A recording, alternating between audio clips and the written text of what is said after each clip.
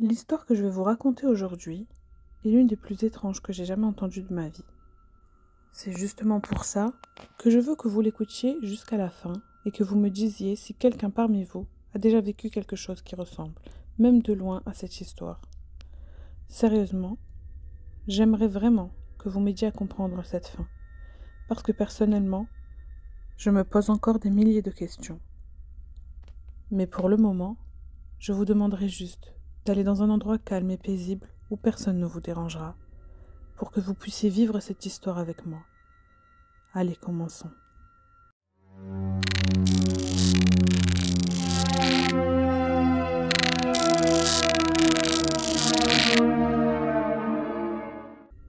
Notre histoire commence par une scène. Un jeune homme d'environ 25 ans, allongé sur un lit d'hôpital. Ce jeune homme s'appelait Omar. Il était étendu sur le lit, presque inconscient, les yeux ouverts remplis de larmes. Il fixait le plafond de la chambre d'hôpital où il se trouvait. Sa bouche était entr'ouverte. Il avait l'air complètement choqué. Personne ne sait ce qu'il a vu, ce qu'il a vécu, même jusqu'à aujourd'hui. De l'autre côté de la vitre de cette chambre, ses pauvres parents étaient là, debout, le regardant avec tristesse. Ils priaient Dieu de tout leur cœur pour qu'il revienne sain et sauf et qu'il guérisse. Mais qu'est-il arrivé à Omar? Qu'a-t-il vu? Qu'a-t-il vécu? C'est là que notre histoire commence. Une histoire étrange, très étrange. Et pour la comprendre, il faut qu'on remonte le temps. Omar était un jeune homme, issu d'une famille de classe moyenne. Il avait été sérieux dans son parcours scolaire et grâce à Dieu, avait obtenu tous ses diplômes. Ensuite, il a été embauché. Le jour où il a eu son travail, toute sa famille était heureuse pour lui. Omar allait enfin travailler. Il allait devenir quelqu'un. D'autant plus qu'il était le premier enfant de la famille, le premier petit-fils aussi. Cela lui donnait une place spéciale auprès de ses grands-parents. Donc quand il a décroché son poste, tout le monde était fier de lui. Ce travail allait l'amener à quitter sa ville natale pour une autre ville, là où il allait commencer une nouvelle vie. Cela signifiait aussi qu'il devait se séparer de sa famille, de ses amis et de l'endroit où il avait grandi. Il devait tout laisser derrière lui pour construire son avenir. Heureusement pour lui, la ville dans laquelle il allait s'installer était jolie et pas très différente de celle qu'il quittait. Les gens y étaient chaleureux et surtout un point important. Il n'avait pas besoin de chercher de logement. Il y avait une maison là-bas, appartenant à un membre de sa famille. La maison de son oncle, que Dieu ait son âme. Cet oncle décédé depuis des années avait laissé cette maison vide. Mais cet oncle, justement, était un peu mystérieux. Personne ne savait vraiment ce qu'il faisait dans la vie, ni comment il vivait, ni quel était son métier. Omar se souvenait vaguement de lui, à travers les récits de son père. Il avait quelques souvenirs flous de son enfance avec lui. Il se rappelle juste qu'il s'appelait Mehdi. Mais ce qui restait étrange pour toute la famille, c'était la mort de cet oncle Mehdi.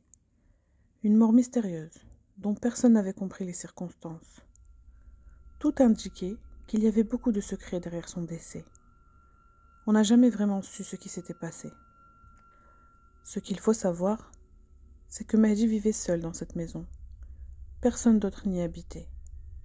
La famille de Omar vivait tranquillement dans sa propre maison sans se douter de rien. Jusqu'au jour où ils ont reçu un appel. Et cet appel venait des voisins de Mehdi. Et ils leur ont dit « On sent une odeur nauséabonde qui vient de la maison de Mehdi. » Quand la famille de Omar a entendu ça, ils se sont précipités dans cette ville. Ils ont immédiatement contacté la police. Et quand les agents sont arrivés sur place et ont forcé la porte de la maison, ils ont trouvé Mehdi nu, gonflé, dans un état de décomposition avancée. La maison était envahie de fourmis qui allaient et venaient sur son cadavre. Mais ce qui était encore plus étrange, c'est qu'ils ont trouvé sur une table un liquide inconnu contenu dans une bouteille. Ce liquide était suspect. Après les premières analyses et constatations, et comme aucune trace criminelle n'avait été trouvée, la police en a conclu à un suicide. Il aurait mis fin à ses jours lui-même. Omar avait entendu cette histoire étant enfant. Il s'en souvenait à peine, comme un souvenir flou. Mais maintenant que les années avaient passé, qu'il avait obtenu son diplôme et qu'il allait commencer son nouveau travail, il était sur le point d'emménager dans cette même maison. Oui, il allait vivre dans la maison où tout cela s'était produit. La maison restait fermée depuis la mort de son oncle Mehdi. Bien entendu, ses parents étaient d'accord. Ils lui avaient dit « La maison est vide. Tu n'as aucune raison de dépenser de l'argent pour louer un appartement. Autant habiter là-bas, elle est à nous. » Et c'est exactement ce que Omar a fait. Il a fait ses adieux à ses proches, à ses amis et à tous ceux qu'il connaissait, avant de prendre la route pour cette nouvelle ville où il allait construire son avenir. Quand il est arrivé devant la maison, il a sorti la clé, mais il a senti les regards des voisins à travers les fenêtres. Les gens le regardaient en se demandant « Mais qui est ce garçon? Qui ose venir habiter ici après toutes ces années, après ce qui s'est passé dans cette maison étrange ?» Omar a ignoré tous ces regards. Il avait ses raisons. Il a ouvert la porte et est entré. Ce qu'il a vu, c'est un mobilier ancien, très vieux, intact et figé dans le temps. C'était comme si tout s'était arrêté à l'instant même de la mort de son oncle. Il a commencé à installer ses affaires, à nettoyer, à épousseter. La maison était vraiment très poussiéreuse et sale. Il tombait parfois sur des choses étranges. Un cendrier plein de mégots, une bouteille d'eau ouverte, restait là depuis longtemps. Et il se disait « Pauvre oncle, ce sont sûrement ses cigarettes. C'est sûrement cette bouteille qu'il a bu juste avant de mourir. » Il était étonné de voir à quel point tout était resté en place. Le nettoyage a duré toute la journée jusqu'à la nuit. Et quand enfin la maison était propre, il est allé se doucher, s'est changé puis s'est allongé sur le lit. Il a appelé ses parents pour leur dire qu'il était bien arrivé, qu'il a trouvé la maison dans un état sale mais qu'il avait tout nettoyé, et il les a rassurés. Après un moment de repos, il a décidé de ranger ses affaires dans l'armoire. Il y avait une vieille armoire, en bois massif, avec plusieurs compartiments. Tous étaient ouverts, sauf un. Une porte était fermée à clé, impossible à ouvrir. Il s'est alors demandé pourquoi cette porte est-elle fermée et pourquoi mes parents n'ont jamais essayé de l'ouvrir après la mort de Mehdi. Ont-ils eu peur? Ont-ils pensé qu'il y avait quelque chose de caché, peut-être de l'argent ou de l'or? Il y avait tant de questions dans la tête de Omar. Finalement, il a décidé de forcer la porte. Il a insisté, forcé jusqu'à ce qu'elle ouvre. Et ce qu'il a trouvé à l'intérieur l'a figé. En ouvrant cette porte verrouillée, Omar a découvert des choses étranges et inquiétantes. Il y avait là un voile blanc, entièrement blanc, sur lequel étaient inscrits des symboles et des numéros en rouge. Presque comme si c'était écrit avec du sang. Il trouva aussi une coquille de poussin, et à l'intérieur de cette coquille, un petit ossement, comme le crâne d'un oisillon, restait là jusqu'à sa mort. Il y avait également des bougies, des petites bouteilles, des clés, et en fouillant davantage, il tomba sur un cahier, un genre de carnet de bord, un journal intime. Une odeur immonde sortait de cet espace fermé depuis des années. Omar prit tous ces objets, les sortit de l'armoire et commença à les examiner. Il se demandait encore et encore. Et qu'est-ce que faisait mon oncle avec tout ça? Est-ce qu'il était fou? Est-ce qu'il avait perdu la tête? Et qu'est-ce qui l'avait poussé à mettre fin à ses jours de cette façon étrange? Le mystère s'épaississait. Puis Omar s'assit avec ce cahier qu'il avait trouvé, se disant qu'il allait peut-être trouver des réponses à ces questions. Il ouvrit le carnet, et c'était bien écrit à la main, avec un stylo. Il était clair que c'était Mehdi, son oncle, qui l'avait rempli. Chaque page portait une date, comme un véritable journal de bord. Un récit continu de ce qu'il vivait. Il n'y avait aucune page blanche. Chaque ligne, chaque mot était écrit comme s'il s'agissait d'un testament spirituel. Omar commença à le feuilleter rapidement. Il survolait les pages, lisant en diagonale jusqu'à ce qu'il tombe sur la dernière page, où il lut une phrase écrite en gros caractères. « S'il doit y avoir une fin, alors que mon âme me quitte ici. S'il doit y avoir une fin, qu'elle emporte mes ennemis avec moi, moi et mes ennemis. » Ces mots glacèrent Omar. Il comprit que c'étaient ces dernières phrases que son oncle avait écrites. Il avait l'air de savoir à l'avance comment il allait mourir. Omar referma le cahier, mais son esprit était en ébullition. Il décida de recommencer la lecture depuis le début, calmement cette fois. Il ouvrit la première page. Lundi, mars 2001, 5 heures du matin. Que pouvais-je écrire? Les saints, les prophètes, ressentaient-ils ce que je ressens? J'ai touché la vérité, et elle est vide, fade comme la lune. Cette page ne contenait que ces lignes. Intrigué, Omar tourna la page suivante.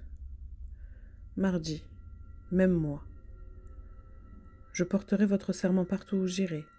Mon corps est le vôtre. Mes lettres doivent être écrites en votre nom. Je porterai vos habits, en ferai ma couronne. Je m'assierai sur le trône que vous m'avez fabriqué. Mais qui suis-je maintenant? Pourquoi tout cela? Omar n'en revenait pas. Il se demandait, mais à qui parlait-il? De qui parlait-il? Qui sont ces êtres qui lui ont donné des habits, un trône et tout ça? Est-ce qu'il était vraiment devenu fou? Il décida de mettre de côté la lecture pour ce soir-là. Il était tard, l'ambiance était lourde et il commença à avoir peur. Il se dit qu'il continuerait le lendemain à la lumière du jour. Il prépara à manger, entra dans la salle de bain pour prendre une douche, mais alors qu'il était dans la salle de bain, il leva les yeux vers le plafond. Et là, quelque chose était écrit dans un coin du plafond. Il alla chercher une chaise et monta dessus et lut ce qu'il y avait écrit. Un œil était dessiné, et juste en dessous, il y avait cette phrase. « À toi qui lis ce texte, garde tes yeux ouverts, car un autre œil t'observe. Un autre œil va t'étonner, garde tes yeux ouverts. » À ce moment-là, Omar ne put cacher sa peur. Il sentit le frisson lui parcourir le dos. Il se précipita dans sa chambre, ferma la porte à clé et resta figé, muet de peur. Il resta assis, tétanisé dans son lit. Il ne comprenait plus rien. Le silence régnait, jusqu'à environ une demi-heure plus tard, où il commença à entendre des voix venant de l'extérieur de sa chambre. Pas une seule voix, mais plusieurs, comme si des gens parlaient entre eux. Des voix étranges, basses et incompréhensibles. Il réalisa vite que les sons venaient de la salle de bain. Pris de panique, il sauta sur ses jambes en criant « Qu'est-ce que c'est que ça ?» Mais malgré sa peur, il prit son courage à deux mains et s'approcha de la porte en l'ouvrant doucement. Et là, ce qu'il vit le laissa sans voix. Devant lui, dans la salle de bain, se trouvaient 10 créatures, toutes de petite taille, comme des nains, couvertes de poils, avec des visages animaliers non humains, comme des bêtes. Ils étaient tous debout, comme en train de tenir une réunion, en discutant entre eux. Omar referma la porte d'un coup, le souffle coupé, le cœur battant à toute vitesse. Il courut chercher son téléphone pour appeler ses parents ou la police ou n'importe qui. Il était en train de perdre la tête. Mais au même moment, il essayait de ne pas faire de bruit pour que ces choses ne l'entendent pas. Son souffle était rapide, haletant. Sa respiration devenait difficile. Il essayait d'allumer son téléphone, mais pas de réseau. Oui, le réseau s'était coupé. Et c'est là que tout bascule. Omar entend quelqu'un toquer à la porte. Des coups sourds et lents, comme si quelque chose essayait d'entrer. Il cria de peur. Son cri était rauque, brisé, comme s'il avait la gorge écorchée. Il entendait la poignée tourner, la porte trembler. Trop effrayé pour bouger, Omar, assis par terre, se recroquevilla contre le mur, tenant ses genoux. Il regardait la porte, pétrifié. Le silence finit par venir. Le bruit s'arrêta, et il se dit « Peut-être que c'est fini, peut-être qu'ils sont partis. » Mais au moment où il essayait de se lever pour aller chercher de l'aide, il sentit une présence derrière lui. Quelqu'un respirait fort. Il se retourna lentement et vit un homme immense, habillé tout en noir avec une tunique, une longue barbe blanche, une tête couverte d'un turban noir et des yeux rouges comme des braises. L'homme le fixa dans les yeux. Omar, de peur, perdit connaissance sur le champ. Il resta inconscient 4 heures, mais dans ce laps de temps, il rêva. Ou plutôt, il vécut des cauchemars d'un réalisme extrême. Il se vit enterré vivant dans un cercueil, alors que les gens lui jetaient de la terre, et il criait « Je suis vivant, je suis vivant !» Mais personne ne l'entendait. Puis il se retrouva dans une forêt immense, remplie d'animaux affamés, tout maigres, menaçants, qui le regardaient comme une proie. Il vit aussi une autre scène. Enchaîné et attaché à un arbre, en haut d'une montagne, le corps mutilé, comme si des morceaux de lui manquaient. Et dans les nuages, il vit arriver des créatures, certains marchant à 2 pieds, d'autres à 4 pattes, certains venant de la mer, d'autres volant du ciel. Des armées, des tribus de démons, des entités étranges, qui marchaient toutes vers lui. Quand Omar revint à lui, il était trempé de sueur, pétrifié. Il essaya de se lever, mais son corps ne répondait presque plus. Il avait la gorge en feu, comme s'il avait été lacéré, et il crachait du sang. Puis il sentit une forte odeur de cire, comme celle d'un encens ou d'un rituel. Il vit l'ombre de bougies allumées projetées au plafond, mais il n'avait plus la force de se lever. Alors qu'il était toujours à moitié inconscient, incapable de bouger, il entendit des cris. Pas 1 ou 2 cris, mais des dizaines. Des voix d'enfants, de femmes et d'hommes. Tout le monde semblait hurler dans la maison. Un vacarme insupportable, comme si des âmes torturées criaient en chœur. Au milieu de ce tumulte, une voix humaine, claire, répétait sans cesse. « Voilà ce que vous m'avez fait. Voilà ce que vous avez provoqué. Moi et mes ennemis. Moi et mes ennemis. » Cette phrase se répétait encore et encore, comme une malédiction. Omar, les yeux grands ouverts, pleurait, incapable de comprendre ce qui se passait. Il réussit tant bien que mal à se lever et à se traîner jusqu'au salon. Et là, il se figea à nouveau. La maison était sans dessus-dessous, saccagée, comme s'il n'avait jamais nettoyé. Mais ce n'est pas ce qui l'a choqué. Au milieu du salon, entouré de bougies disposées en forme d'étoiles sataniques, un homme nu était assis, tenant un encensoir à la main, et il récitait en boucle. « Voilà ce que vous m'avez fait, moi et mes ennemis. » Cet homme, c'était Mehdi, son oncle, celui qui avait été retrouvé mort des années auparavant. Omar n'en croyait pas ses yeux. Il haletait, tremblait, paralysé. Mehdi répétait toujours la même phrase, puis enchaînait avec d'autres formules étranges, incompréhensibles, comme des incantations. Il disait « J'ai retiré votre vêtement. À tous ceux qui vivent dans mon corps, vous mourrez avec moi. » Il récitait aussi des chiffres, des lettres coupées. Il parlait dans une langue que personne ne pouvait comprendre, une langue de sorcellerie. Puis, peu à peu, les cris commencèrent à se calmer. Le silence revint. Mehdi se leva, toujours nu, éteignit toutes les bougies et se déplaçait comme s'il était seul. Il agissait comme si Omar n'était même pas là. Il alla ouvrir la fenêtre, et à ce moment-là, on entendait l'appel à la prière du matin. Il but un peu d'eau, prit une cigarette et déposa le tout dans la cuisine.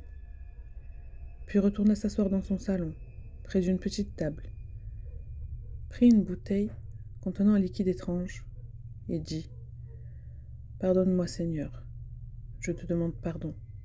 Ceci est la fin. » Il but ce liquide et peu à peu, son corps s'affaissa au sol, puis ne bougea plus. Omar venait d'assister à la mort de son oncle. Mais comment? Était-ce un flashback, un voyage dans le temps ou une hallucination? Il ne le savait pas. Tout ce qu'il savait, c'est qu'il avait vu la scène entière du début à la fin et que ça l'avait anéanti. Il se laissa tomber au sol, incapable de bouger, en larmes, vidé et perdit à nouveau connaissance. Il fut réveillé plus tard par l'appel à la prière de l'aube.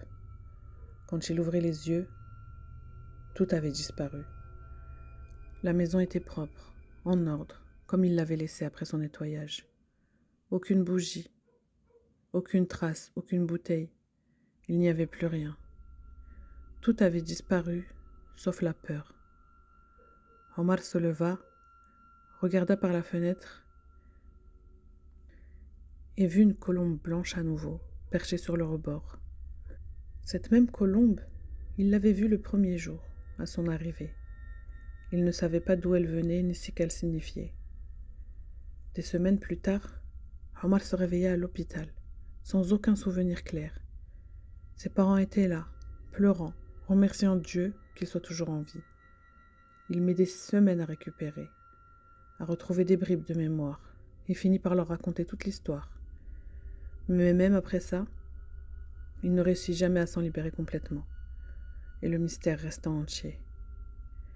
Est-ce que Mehdi était réellement un sorcier? Ou est-ce que des démons l'avaient piégé et forcé à mourir? Était-il lié à eux par un pacte qu'il a voulu rompre? Et cette colombe blanche, qu'était-elle au juste? Des centaines de questions restent sans réponse. Et c'est pour ça qu'il a voulu partager cette histoire. Pour qu'on lui dise ce qu'on en pense. Pour qu'on tente ensemble de comprendre cette fin.